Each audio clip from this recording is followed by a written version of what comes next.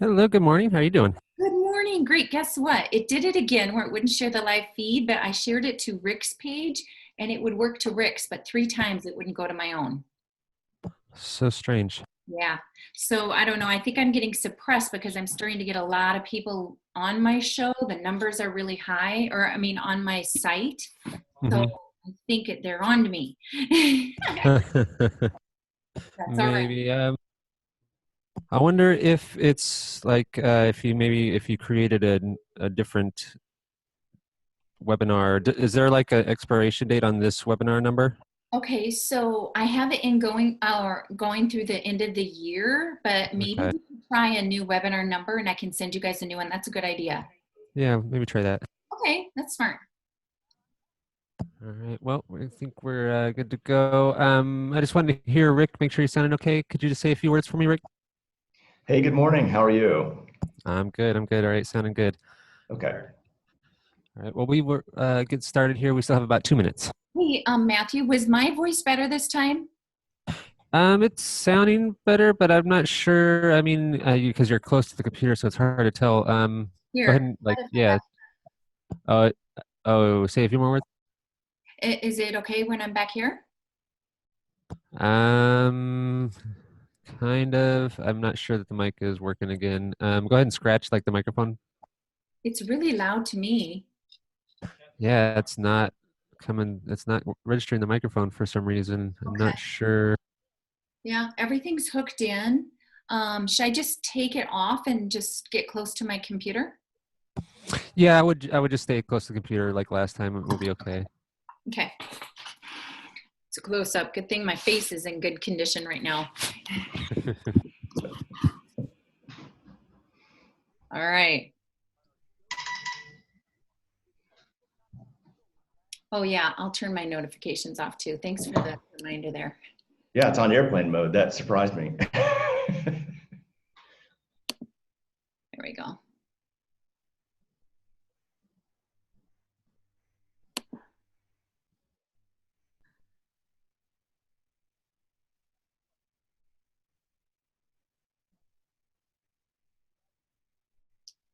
Okay, I'm gonna put you, it's got you on there.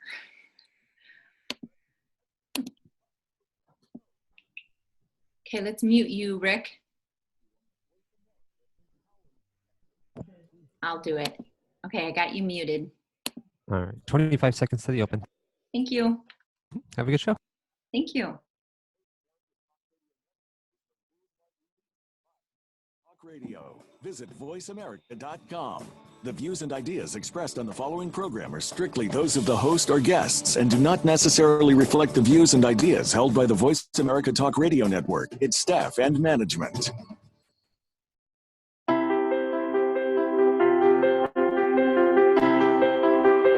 Welcome to Living Within the Sweet Spot with your host, Nikki Klegel. Have you been searching for that something within you? The one thing that is designed to bring abundance into your life? Are you not finding it yet? By partnering with God, you are sure to discover the key to living a happier and more fulfilling life. Now, here is Nikki Klegel. Hello, everyone. Yes, I am so happy that you are here with us on Living Within the Sweet Spot. I am an author, a coach, and a speaker. I'm also the founder of Fulfill Your Legacy, where I help people deeply partner their life with God.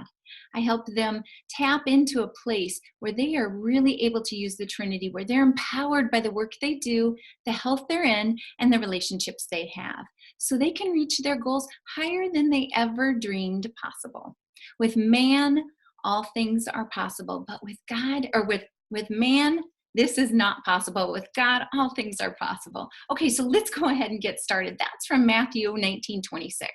All right, the show is always broken into three parts. So new people who are listening, I want you to be prepared and ready for this. So we're going to first look at all the things that, there we go.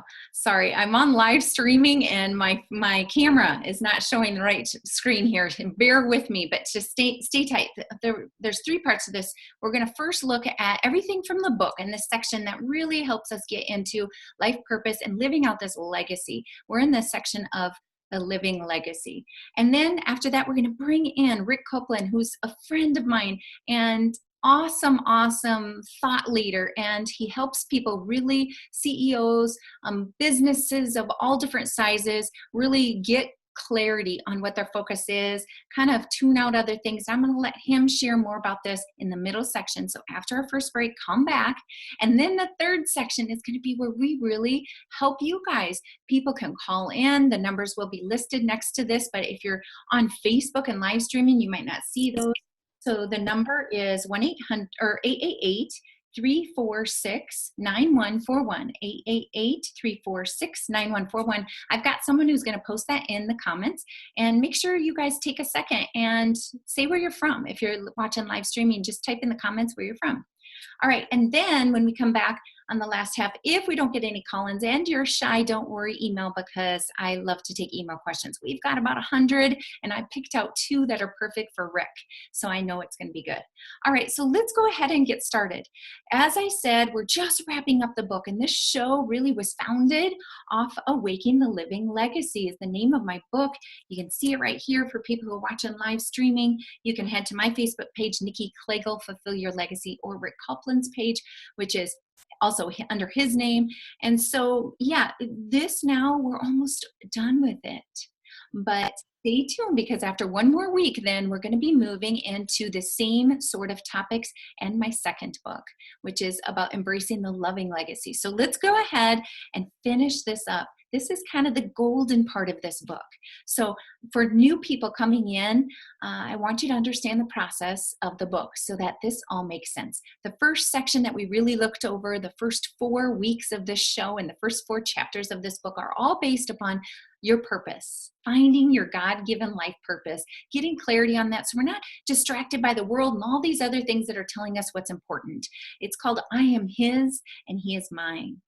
The next part of this book then leads us into this place where it's called Perfectly Imperfect. So 4 weeks we looked at that, and the 4 chapters of the book really helped us understand, what our gifts and talents are, who we're designed to be, how we're best going to work, and why we shouldn't try to be other people or listen to what other people have been telling us, because we've been handcrafted and predestined for work.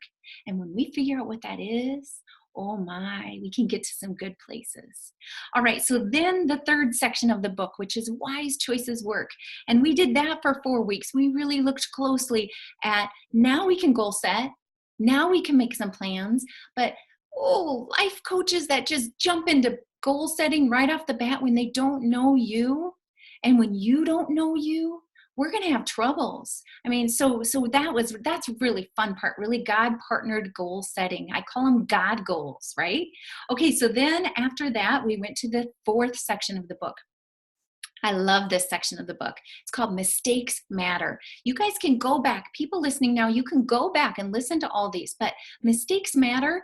Hey, you can either be in this place where our places we fall down, our mishaps, our sins, our screw-ups, we've let businesses fail, we've had divorces, things, all sorts of things. They do not have to bring us down and keep us there. They do not need to be our footholds. We can use God, and we can actually put them in a place where they elevate us, where we learn and grow. Even little things. You might not think, I would way rather have you work on little things before they become big problems, right? But let's know how to make them into our blessings and our stepping stones for excellence. Okay, so then we went into this 5th part. Okay, that was Forgiveness Fulfills. And a lot of people are like, why is that up? Why is that way at the tail end? It doesn't even make sense. But the truth is, I've worked with too many people. Even in my 20 years of healthcare leadership, I worked with too many people that were in a good place.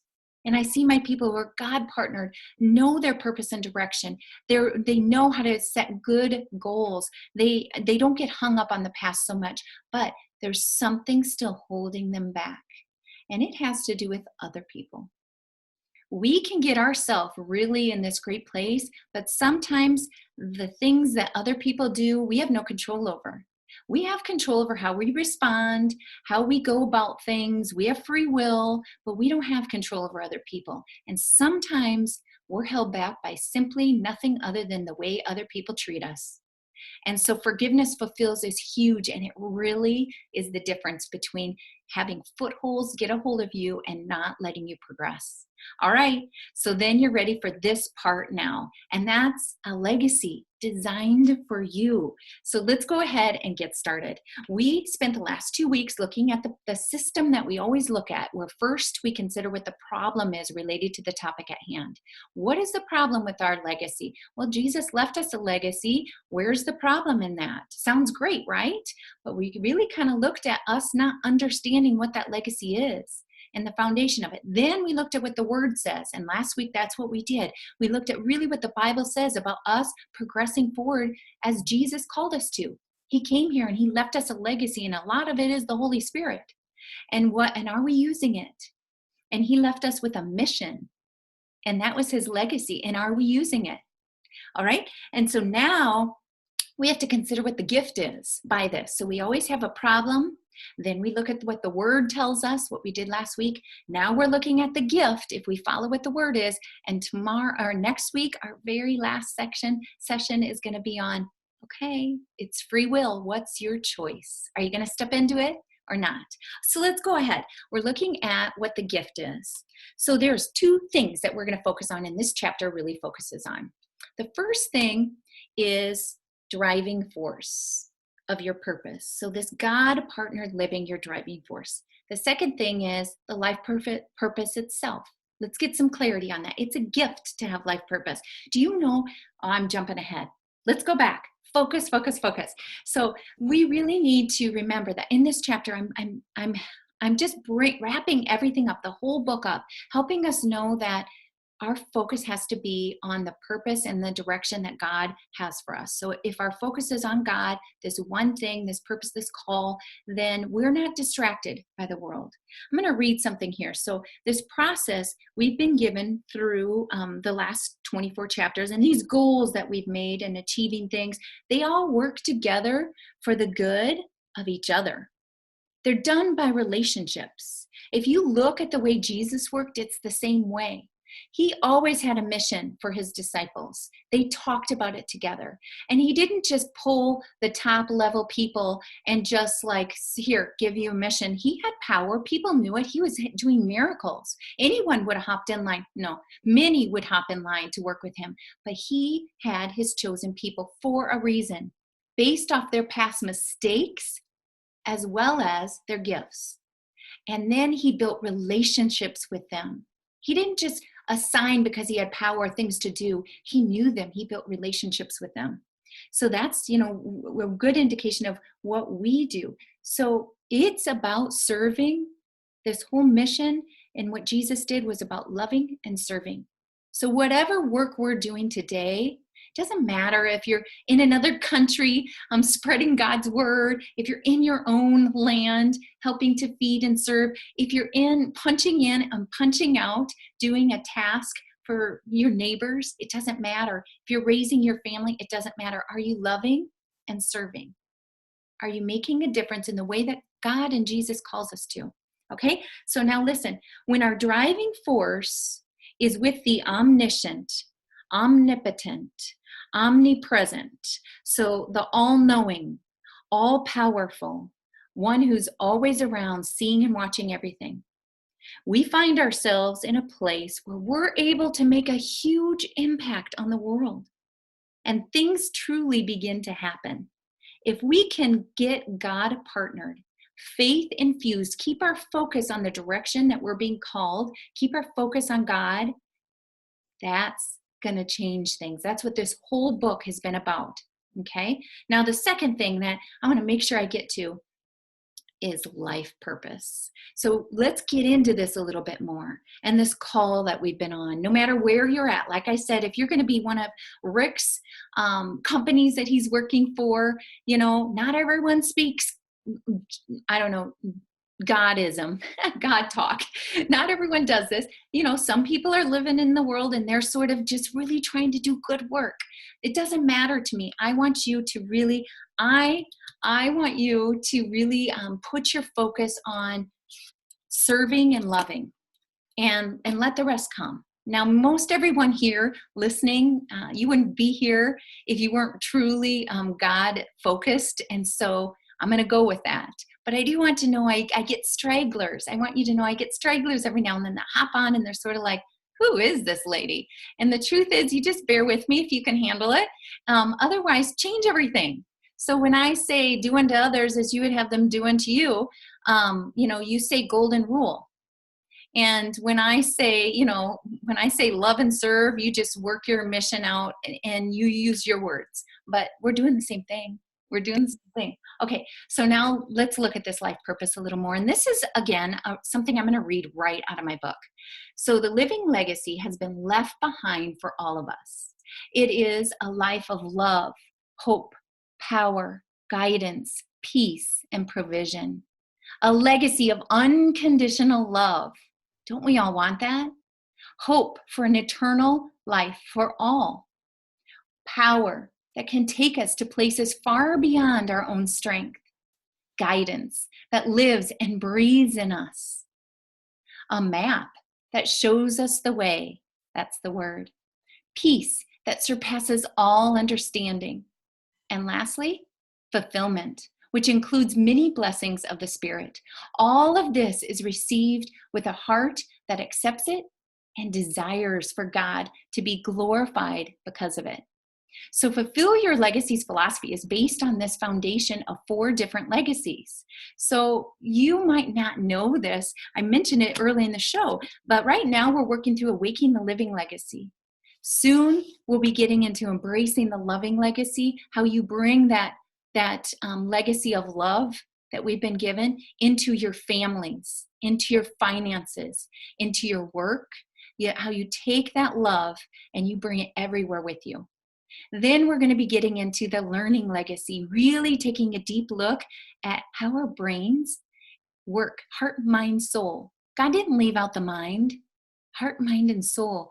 And, I always think of my Catholic years where I practiced that faith with my husband. And, you take the cross and you make a sign over your brain and then your heart and then your soul. And I think, it's on purpose that it's written, heart, mind, and soul. So we really look at the learning legacy. And then last, it's the leading legacy. And we make a call for all of us to lead in a way like Jesus led. All right, so let's go ahead and look at this a bit more. So we need to know that the living legacy is first because it's a legacy of Jesus and it's the cornerstone. If we can get that in line, everything else slowly comes in alignment. I have included into Fulfill Your Legacy's book many tools. I want you to go back and remember some of these tools, and that's what we're going to do. We're going to highlight some of the tools that we looked at through this whole book. They're tools that help you do God-assisted goals and help you really align your life, your purpose, your direction, again, with God, all these things. Specifically, I want to help you on this journey. And there's 7 ways that we've really if we sum up these 7 ways, then you'll know that you really kind of got the summary of the book, and there'll be good references for us. So let's look at the first one. The first one is tackling specific areas of weakness. And this is where we looked at that priority. Do you remember that 4-step process for decision making? It was so good. It was where we kept our priorities straight and we didn't get sidetracked by the world and doing all these other things that people tell us to do or that we think are right, because we have such focus and clarity and we know how to prioritize. We know where our truth is, okay? And then the next thing was where we looked at and used God to help us transform our weaknesses. And so we did this into making him be our stepping stone. And I remember us talking about this, in Mistakes Matter, where we learned from the past. We didn't get stuck and live in the past. We learned from the past. We all need mentors. I know that on Rick's website, there's a lot of talk about mentors. It's important. Wise counsel. We need wise counsel. And remember the whole coaching tool and philosophy on ask, seek, knock. Remember the word ask. And it's so interesting that the word ask, A-S-K, ask, A-S, seek, K, knock. So we don't just go to God in prayer. We actually have to finish it. What a lot of people do is they forget the knock. Okay? So physically, you can pray, you can ask, but you have to actually physically hit the door with your hand. You have to step out, you have to do something yourself. Okay. And then the fourth one there is assessing. You have to really assess your health, because you might have one section of your life in order, but the rest may be falling apart. Many business owners have this. Many people starting their own businesses, many of us in life. We do real great in one area and the rest falls apart. So life balance. Then I want you to think about the 4-step approach. That's what I talked about a few minutes ago. Really, in your whole life, have a system for point north.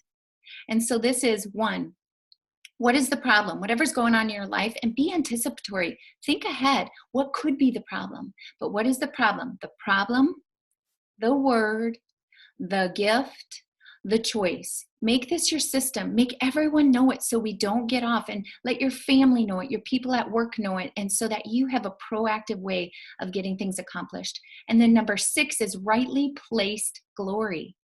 You know, I always talk about this, and we've been doing this for 23 weeks now, where we can do this world alone and we can be wonderful people. We can honestly be great people working because we love and we want to do good work, and all that's great, but we don't tap into God for it. And that's fine. That's your choice, your free will. But if you can tap into God and be this hardworking, loving person, you get all the blessings of not only cause and effect of this world, you get blessings from God on top of it. Don't you want that? And then when it's time to be rewarded and you have these blessings in front of you, you then understand that they're not yours alone, that they also came from God. And it feels weird to thank God for your blessings when, you know what? You did it all. You did it all yourself, so it doesn't make sense to thank God for your blessings. But when you called him to be part of it with you, when you sought him in prayer, when you looked for his teaching to carry it out, then it makes sense to give him the praise and the glory. And this is how we're fishers of men, because people see you lean on God. They see you give him the glory. They see your greatness and excellence, and they see the works of your effects with him too, and they want it. And they start to want to learn from you and to be an example. And last is this abundance I'm talking about. We can't forget, we will be blessed. And it starts to happen, and I want you to give it back. It's the story of the talents. It's simple. As you get blessed, you get more. So use it well, give it back, thank him, he gives you more, and keep on growing. All right, we are down to the last few seconds of this section. I can't believe how fast it went, but we are coming on again with Rick Coplin. I'm so excited to have him here as a guest, so please stay tuned after the break. All right, perfect. Great job. All clear. Back in 2. Yeah. All right. Okay, Rick, so could you see if your face was on there the whole time, or did it go away? Oh, I can't hear you. I got you on mute. I'll unmute you. Sorry. Okay. No, I'm just kidding. Yes, I saw my face the whole time. Oh no! I think it's. But that's okay. It was the Oh. screen I had it on. I got a little panicky there, so everyone wanted to see you anyway. It's all good. So thank you for listening through all that. I'm excited to get to your questions. Yeah, I think we're going to have a great time, Nikki. Yeah, I think so too. But well, okay, so Matthew will get on in a second here, but we have a few minutes, and I'm curious. Did you just get back from a vacation? So we had a big family vacation. There were 25 of us in a beach house. We've done that for about 33, 34 years. Started out with just me as the first extra boyfriend and then spouse, and grew from there. And oh my gosh. Even our oldest kids at 23 and 24 look forward to that week and talk now about having their own thing that they do with their families similarly. So it'll be fun. It is. It's such like we were just saying, you know, the relationships and now they want to do it. That's a legacy work. You're doing it. It is. It is. It is. Yeah. So I'm going to should we take a quick look on our pages and see if we can like anything or share it, or let me see here. So I don't see any comments on my side of the world. Okay. So I'm going to go and head. I noticed on mine that it won't show up in picture form. It's just got your post there. Christy's on it. Yeah. Yeah, I'm recording, so no big deal. I think I'm gonna turn around and repost it again. So on my side, it doesn't show the camera. It's only showing the words that says you've shared. Gotcha. So we'll Gotcha. do this and they'll get to hear us having a conversation about why we shared it that way. There you go. All right. All right, coming back in about 15 seconds. Okay, thank you. All right, so yeah, I should have read your questions. You can just be Change your surprised. world. Change your life. VoiceAmericaEmpowerment.com.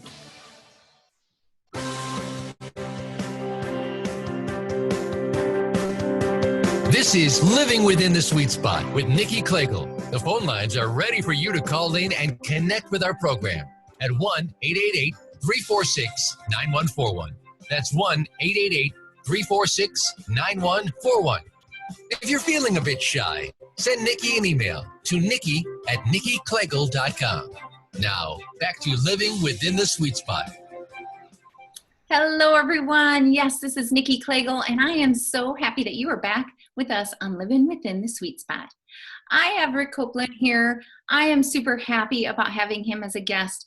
I have made it a passion because I had so many emails that talked about people saying, I don't know if I just can go, quit my job and work for the church like you did, or I'm not working for a church, it's independently, but God is my boss, or go to another country. I'm just in my daily work, and I want people to know there is no such thing as just in your daily work. It's awesome work.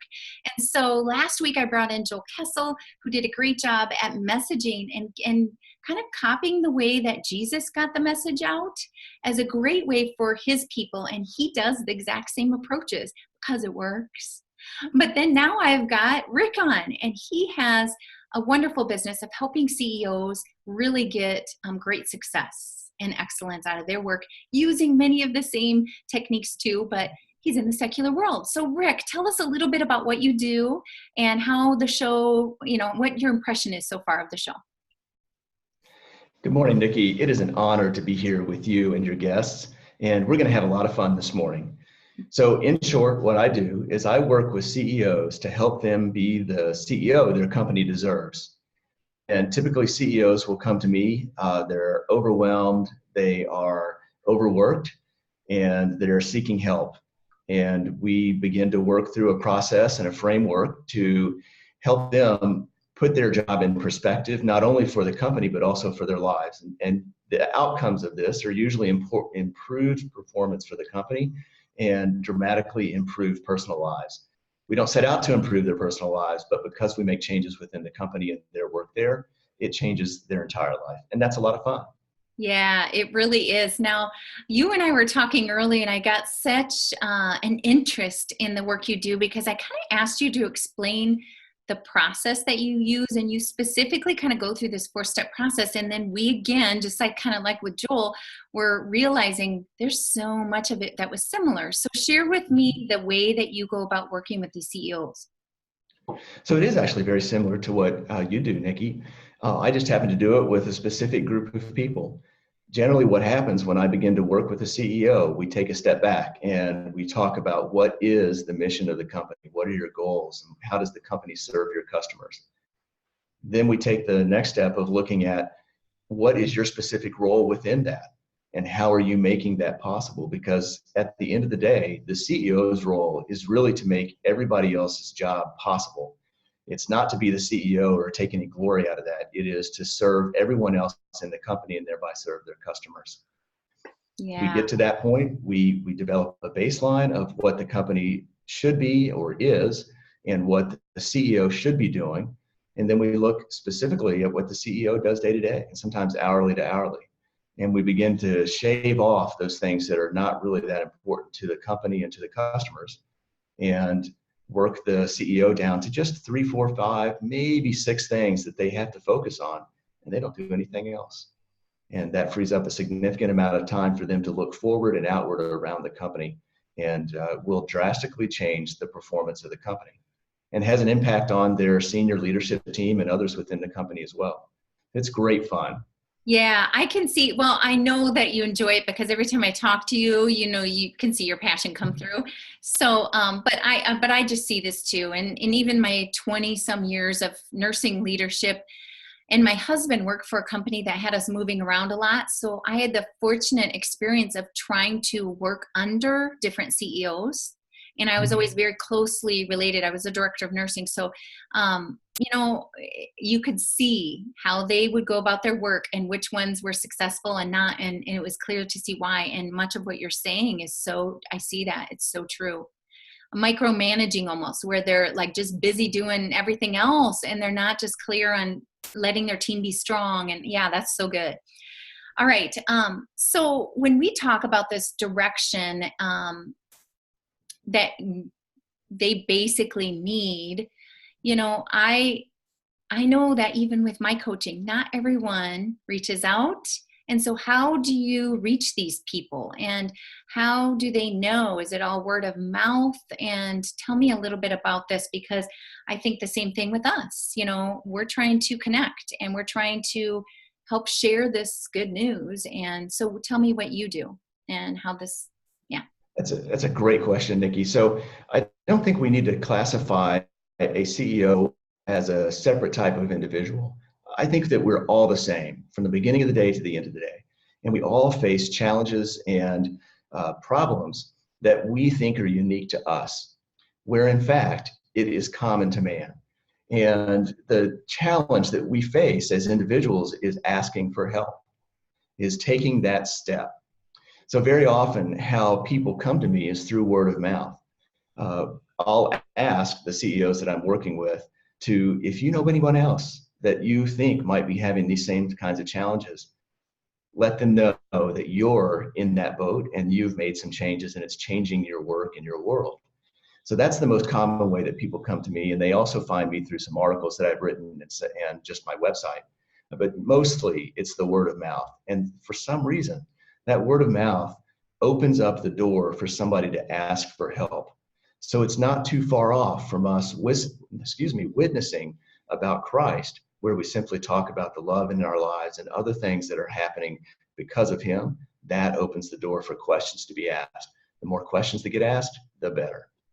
Yeah. So I was about ready to interrupt you. I don't know if you saw my hand go up here, because I was about ready to say, yeah, that's exactly what I was just saying, and want people to know is we have to share our successes and why they came. Now we sound out like we're talking about us, and everyone's going to tune us out if we're just sharing our successes and how awesome we are. But if we are vulnerable and transparent enough to share how we got there, yeah, we all have to do the labor. We all have to knock. We all have to run while we pray. We all have to work. But there's reasons why we do what we do. We've been inspired. We've been taught, whatever the case is. And yeah, I love that those people are your testament for you. They're called testimonies for a reason. And Right. That's what they do for you. And so all of us, it's a challenge for all of us to really be mindful about being transparent where we've been and letting people know how we got to the next place, whatever it is. Okay, so let's go to another question. I always like to ask people then to kind of think about if you have hundreds of people that are probably, by the end of the day, it's usually about 200 to 400 people have listened. And after about a week, it's in the thousands. And then it replays and it just multiplies, okay? And we have people from different countries and people from the United States. So I like for people to kind of get an idea of, you have these people in front of you, what would you want to say? If there's something really key, a message you want them to leave on, what would it be? I think the message is that we are not alone. We're facing the same challenges and the same pressures. They come in different forms, but at the end of the day, it's the same. We have pressure to perform not only in our businesses, but also in our personal lives. We have problems with our kids and challenges with friendships and time commitments and everything else.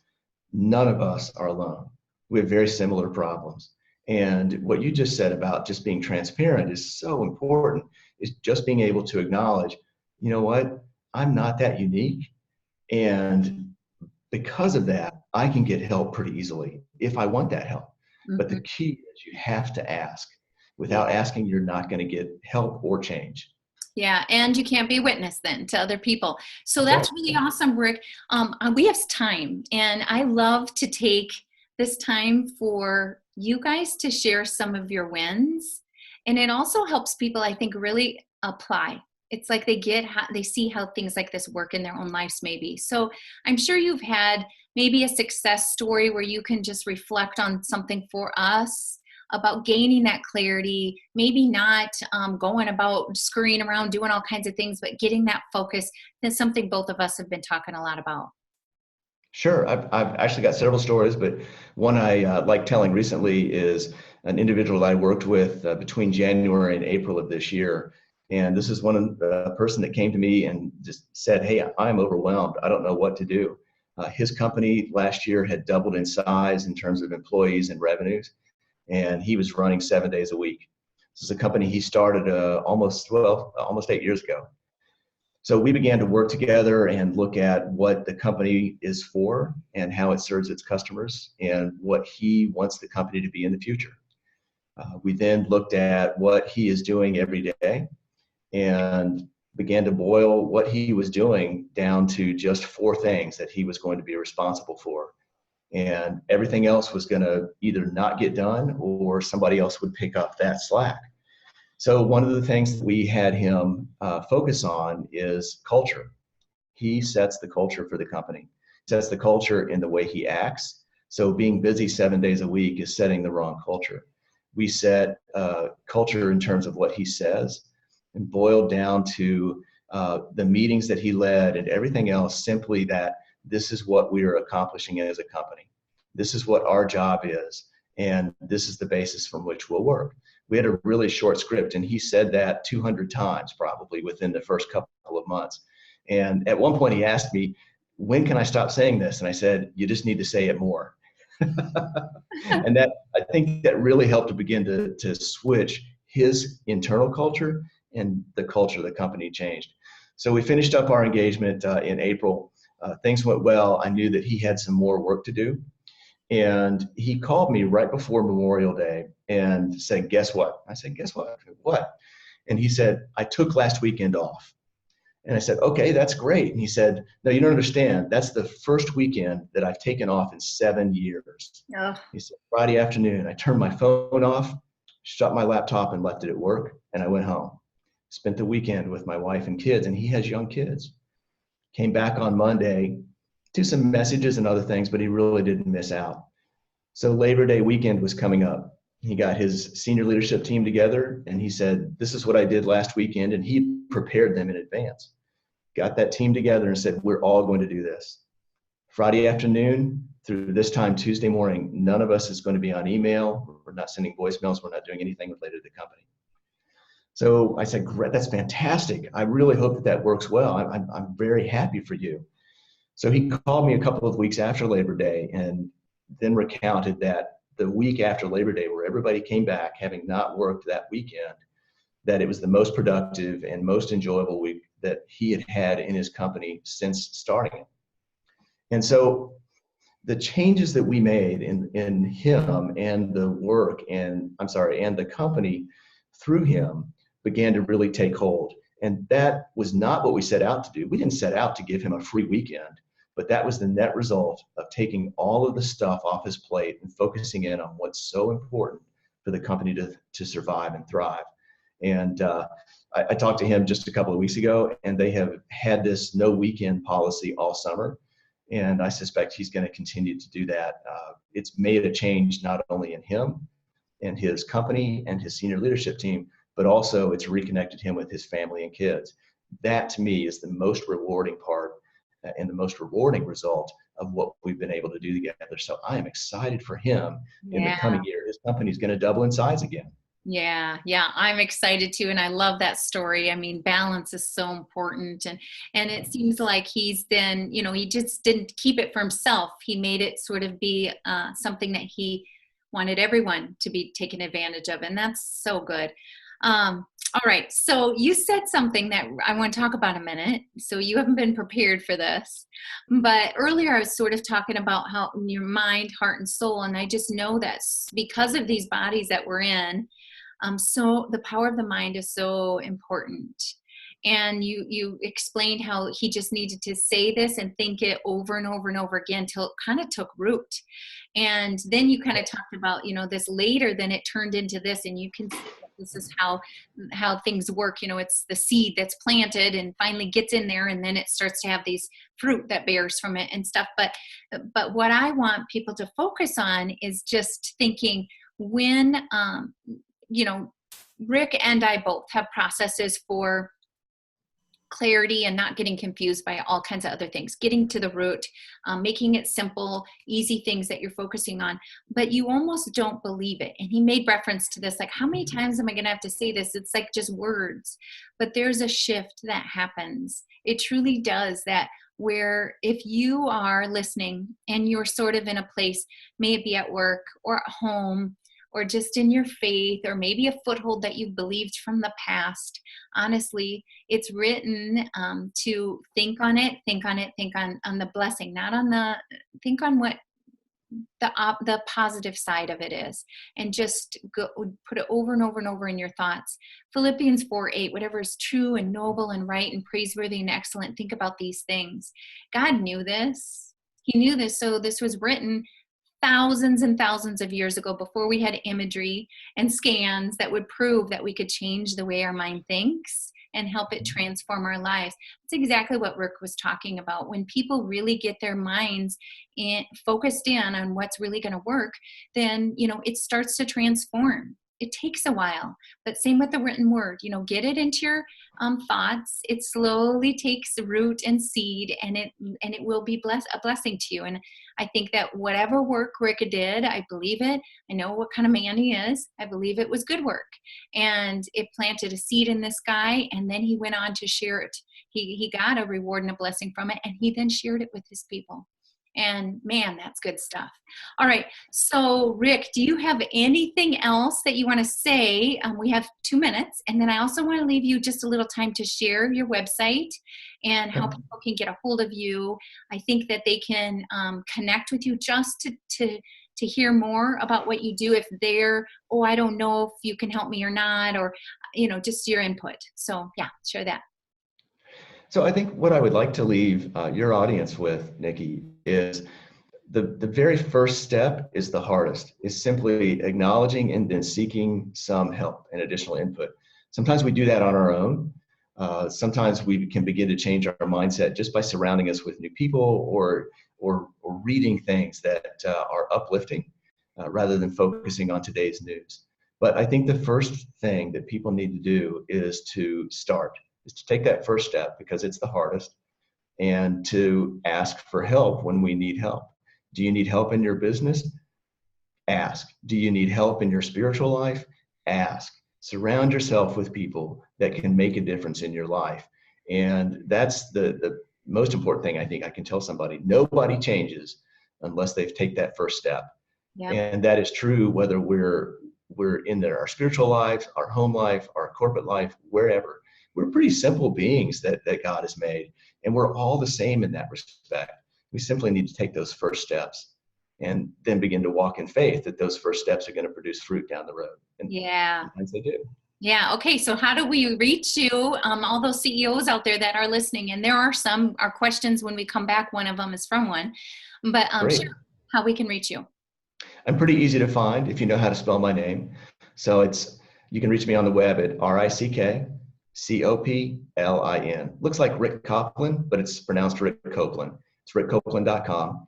And that's the best place to find me. You can find me on all social media channels and articles that I've written and other things there. So it's just rickcoplin.com. All right. Thank you so much. And everyone listening, we are just wrapping up our section with Rick. He is coming back to help with question and answers when we come back, which means you come back. So we're heading to a little break, and I want to see you in just a few minutes on the question and answer portion of Living Within the Sweet Spot. All right, Nancy, done. All clear. Back into. All right. Thank you. Okay, so now that was really good. Thank you, You're Rick. so good. You're so good at this. You make it easy. You're good at it. Not everyone, it's not natural for everyone, but I feel like it was natural for you. But yeah, I mean, I feel like that's exactly what people have been asking for is like, how does this work in just my regular work? And, and I do a lot of life coaching, and I want people to know that these things apply everywhere. And It does. It does. There's no reason for us to be different, whether we're in the doors of a church or in the doors of a business. We are the same person, no matter where we are. And if we're not, that's probably indicating that we've got some discombobulation going on. yeah, I love that word. We could be a discombobulation coach. There you go. You're not partnered.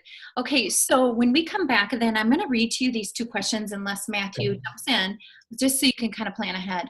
So we've got a Carol, and she is waiting for a fall. She says, I know that's a negative statement, but I have a young company. It's a nonprofit. It's growing super fast and serving people well. She takes the passion very seriously, but she has this nag that it's not going to last, kind of too good to be true sort of thing. So anyway, we will want to talk about that a little bit. And then we have Jacob, and Jacob has adopted his father-in-law's business. And it's kind of long. I'm going to have to paraphrase it. But basically, his father did good work and good guy, not a man of faith per se. I mean, just didn't carry it out, and it wasn't on the forefront of his mind. And this Jacob says, I can see so many things that we could do better. And if we could get things on board, and that there's a lot of wasted effort by people. And he wants to go about making his work very focused this way, and pretty much the way that I encourage people to, but he doesn't want to make people run for the hills. That, if he scares them all because they're used to this other culture, I'm paraphrasing for him a bit, but they're sort of used to this other culture, and he would just want some tips on that. Okay, very good. All right, sorry to interrupt here, but we're coming back in a few seconds. Okay.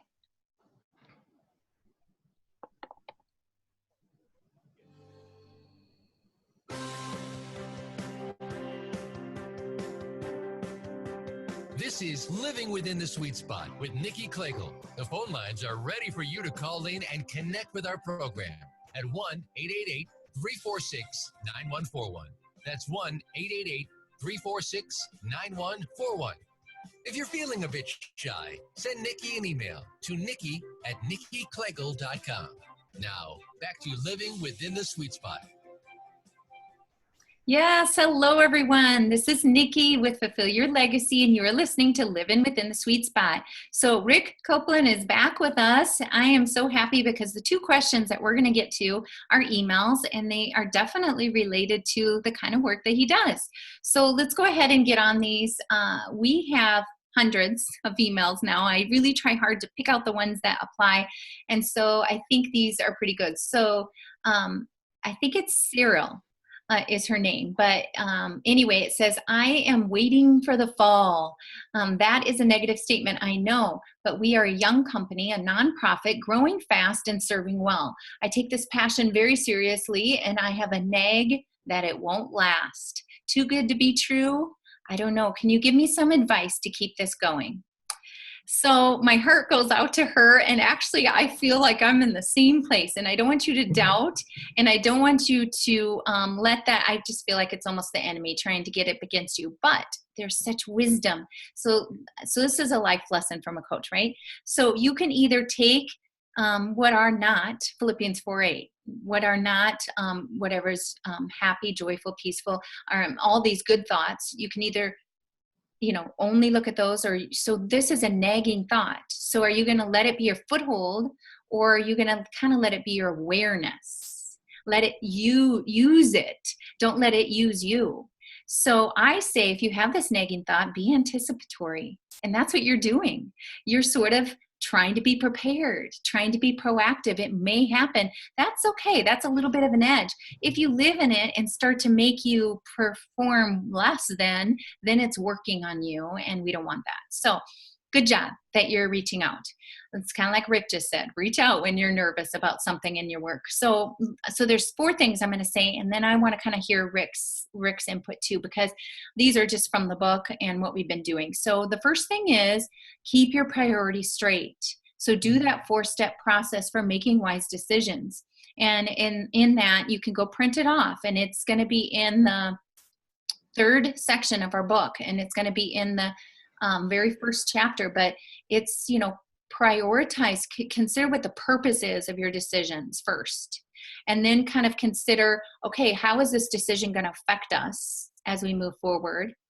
And then it's going to be, okay, and then the result, so doing the work of it, how will it affect us? Is it going to make our company strong and our family fall apart because our priorities off? Okay, that sort of thing. The next thing is the result. So after you've done whatever you're thinking about doing, will the result be in line with your mission? Will the results be in line with what God asks of you? And then last, think about these blessings and stuff. So that's the 4-step process. And then also I want you to be, what I just said, anticipatory, and you are this way, but really be thinking and teaching your teams to be thinking this way. And so, your plan is already laid out. So when you're worried and wondering and questioning what's ahead of you, it's been growing fast. It's already laid out, but you need to tap into God so you can hear him. Constantly be looking at what is the problem that we maybe have at hand, or what could the problem be tomorrow? And then be thinking, okay, what does the word tell me to do? What is God asking me to do? And get some wise counsel from people who in your work life maybe are very wise that way, but also biblically wise because we're God partnered. And then you're going to be looking at what your blessings are. Again, same process. And teach your team that. And then I want you to be thinking about multiplying. So when you're expecting to grow your company, I'm expecting to grow. I had a hard time, Cyril. I had a hard time making goals or dreaming, making big goals. It felt selfish. And it felt like I was wanting material possessions, and I don't. Well, wait, I do. But I don't want them it was weird for me. And so be careful. Think about growing and the responsibility that God's given you. And as he gives you more, what you can do with the more. Start dreaming about what you can do with your more. And treating your family like Rick when he goes away for the week with his family, that's not being selfish. You're leaving a legacy. So think about growing and dream about growing. That'll keep you growing, to have big dreams. And how you're going to use them. It's not just for yourself, it's for everyone, and growth and everything. Teach your employees to do that. And then last, rightly placed. That means give God the glory. Don't just go at all of your business all on your own will. If you do, you'll get blessings from that. And a lot of the world lives that way, and they do just fine. And I'm not shaming anyone, but I want more for you. I want more for the people who work for you. So put God in all of his power with your goals. Call on him. Ask, seek, knock. And then when you get your blessings, give great glory to him because you know he was with you in it. It will multiply and it will continue to grow. You and I can do it together. All right, Rick. So in your line, more, probably less faith-based, but just more, what can you give her, this business? Nikki, Cyril has asked a great question. I think it's always in the back of a leader's mind, the things that can go wrong. And the number of things that can go wrong is seemingly endless. So if we allow our minds to focus on those things, then we begin to lose sight of the promise that we have within ourselves, and we lose sight of the promise of what we're trying to accomplish. The biggest gift that Cyril can give through her nonprofit is to be successful in that nonprofit. I've worked with several nonprofits, and very often the focus on the struggle. They don't have enough money, they don't have enough resources, there's all these challenges. That becomes the guiding force of the company. You have to instead take the guiding force of the company to be the purpose behind what you're doing as a nonprofit, and go for that and be successful in all you do. And then the second thing I would say is, Cyril, it's so important to surround yourself with other nonprofit leaders who have been there and done that before. They will have wisdom and insight, and they'll have learned from their mistakes that will help you to avoid some mistakes and also help you to go through in a positive way the mistakes that you're going to make. And then finally, the third thing I would say is don't shy away from the challenges and the problems, because those challenges and the problems are the things that actually refine us and prepare us for the future. There isn't a time in my life when I can't think that I haven't gone through a challenge and a problem that I didn't think I could overcome, but I was able to use that experience and the learning in the future in very positive ways. So embrace the struggle as a learning opportunity, and you will be successful. It's not easy. No day is easy, but it's totally worth it. Yeah, that is great advice, Rick. Thank you. All right, so now let's see if we have time to get through Jacob's, because I think his is really great too. And his actually came in a while ago, so I'm curious how far along he is in this process. But let's go ahead and hear this. So Jacob says, I adopted my father-in-law's business. It's a good business, but it is reactive and marginally profitable. My wife's family isn't against God, but they haven't necessarily been, it hasn't been in the forefront of their decisions or the way they live or work. They are good and do good work. They focus more on being good people. I see so many ways that we could be so much wiser in our decisions and serving with so much more clarity. We waste a lot of time doing good things, but they're not really where we should be investing our time.